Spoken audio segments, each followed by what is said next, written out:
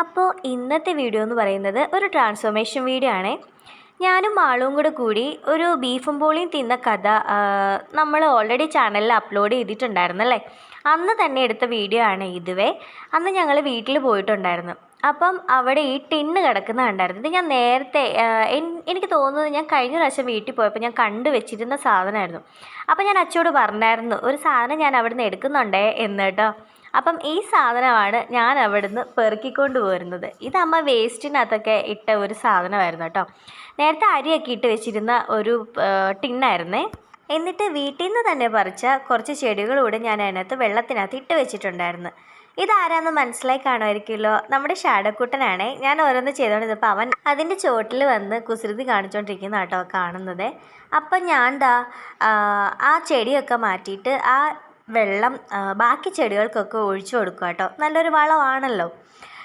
പിന്നെ ഞാൻ എന്നാ ചെയ്യുന്നതെന്ന് ചോദിച്ചിട്ടുണ്ടെങ്കിൽ, നമ്മുടെ വീട് പണി കഴിഞ്ഞ് കഴിഞ്ഞപ്പോഴത്തേനും പെയിൻ്റൊക്കെ അടിച്ച് കഴിഞ്ഞപ്പോൾ കുറച്ച് പെയിൻറ്റ് മിച്ചം വന്നിട്ടുണ്ടായിരുന്നേ.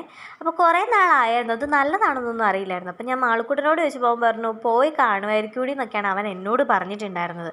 പക്ഷെ ഞാൻ തുറന്നു നോക്കിയപ്പം എനിക്ക് എന്താ പറയുക, ഒരുപാട് പോയതായിട്ടൊന്നും എനിക്ക് തോന്നിയിട്ടില്ലായിരുന്നു. അപ്പം ഞാൻ എന്ത് ചെയ്തു, അവനെ ഒന്ന് പെയിൻറ്റ് ചെയ്ത് എടുത്തു കേട്ടോ. അപ്പം എനിക്കത് എന്താ പറയുക, വലിയ പ്രോബ്ലം ഉള്ളതായിട്ടൊന്നും തോന്നിയിട്ടില്ലായിരുന്നേ. ഞാൻ അക്രിലിക് പെയിൻറ്റ് അടിക്കാമെന്നാണ് ആദ്യം വിചാരിച്ചിരുന്നത്. പിന്നെ ഈ ബോട്ടിൽ മുഴുവൻ അടിച്ച് വരുമ്പോഴത്തേന് നമുക്ക് മുതലാവത്തില്ലാത്തത് കൊണ്ട് ഞാൻ ചുമ്മാ ഒന്ന് തപ്പി ഇറങ്ങിയപ്പോഴാണ് ആ പെയിൻറ്റ് കണ്ടത്. ഈ പെയിൻറ്റ് ഉണങ്ങാൻ അധിക സമയമൊന്നും എടുത്തില്ലായിരുന്നു. അത്യാവശ്യം എന്ന് പറയാൻ പറ്റില്ല, ഒരു ചെറിയ വെയിലൊക്കെ ഉണ്ടായിരുന്നു. അപ്പം ആ വെയിലത്ത് ഞാൻ കൊണ്ടുവച്ചിട്ടുണ്ടായിരുന്നു. അത് ഉണങ്ങാൻ വെച്ച സമയത്ത് ഇവൻ അതിലെ കൂടെ നിൽക്കുന്നുണ്ട്. ഇവനെ കുറച്ച് നേരം കളിപ്പിച്ച് എടുപ്പിച്ചൊക്കെ കഴിഞ്ഞ് ഞാനത് പെയിൻറ്റ് ചെയ്യാൻ വേണ്ടി തുടങ്ങുമായിരുന്നേ.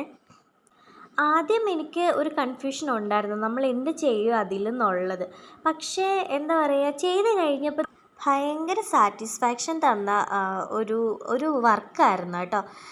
അമ്മ എന്നോട് പറഞ്ഞു, അമ്മ കണ്ടില്ലായിരുന്നു ആക്ച്വലി ഞാനിവിടെ ഇരുന്ന് ചെയ്യുന്നത്.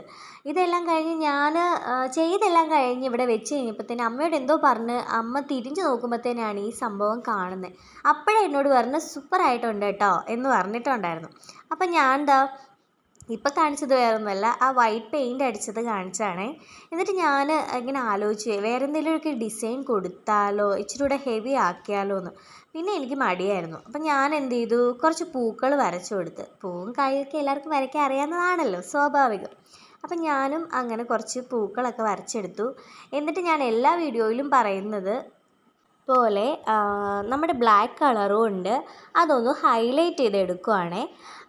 ഞാൻ എപ്പോഴും എല്ലാ വീഡിയോയിലും ഞാൻ പറയാറുണ്ടല്ലേ, ഒന്ന് ഹൈലൈറ്റ് ചെയ്യുമ്പോഴത്തേനും നമ്മൾ വേറൊരു കളർ അപ്ലൈ ചെയ്യുമ്പോഴത്തേനും കാണാൻ അടിപൊളിയായിരിക്കും എന്നുള്ളത് ഞാൻ അങ്ങനെയാണ് ചെയ്യാറുള്ളത്. അപ്പം ഇതിലും ഞാൻ അങ്ങനെ തന്നെയാണ് കേട്ടോ ചെയ്യുന്നത്. അപ്പം ഞാൻ കാണിച്ചു തരാം. അപ്പം ഈ പൂക്കളാണ് ഞാൻ ആദ്യം അങ്ങനെ ഹൈലൈറ്റ് ചെയ്യാൻ ഉദ്ദേശിച്ചിരുന്നത്. പിന്നെ ഞാൻ ഓർത്തെങ്കിൽ മൊത്തത്തിലൊന്ന് ഹൈലൈറ്റ് ചെയ്യണം. പിന്നെ അതിന് ഗ്രീൻ ഇലക്കൊക്കെ ഗ്രീൻ കളർ കൊടുത്തു. അത് കഴിഞ്ഞിട്ട് പൂക്കൾക്കും ഇടകലർത്തിയൊക്കെ ആയിട്ടൊക്കെ ഓരോ കളറുകളൊക്കെ അടിച്ചെടുത്തു കേട്ടോ.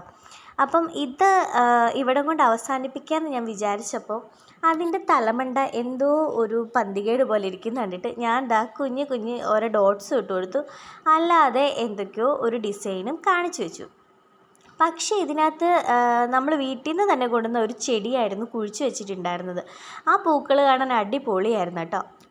അതുകൊണ്ട് തന്നെ ഇത് അടിപൊളിയായിട്ടുണ്ടായിരുന്നെന്നാണ് എനിക്ക് തോന്നിയത്. നിങ്ങൾക്ക് എന്താ തോന്നിയെന്നുള്ളത് നിങ്ങൾ കമൻറ്റിൽ അറിയിക്കണേ. അപ്പം നമ്മുടെ വീഡിയോ ഇഷ്ടപ്പെട്ടിട്ടുണ്ടെങ്കിൽ നമ്മുടെ ചാനലൊന്ന് സബ്സ്ക്രൈബ് ചെയ്തിട്ട് നമ്മുടെ വീഡിയോയ്ക്ക് ഒന്ന് ലൈക്ക് കൂടെ ചെയ്തേക്കണേ, മറക്കരുത് കേട്ടോ.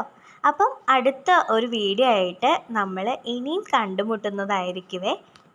അപ്പോൾ ഇനി ഇങ്ങനെയുള്ള ബോട്ടിലുകളൊക്കെ കാണുകയാണെന്നുണ്ടെങ്കിൽ ഇതുപോലൊക്കെ ഒന്ന് പെയിൻറ്റ് ചെയ്ത് നോക്കണം കേട്ടോ എല്ലാവരുമേ.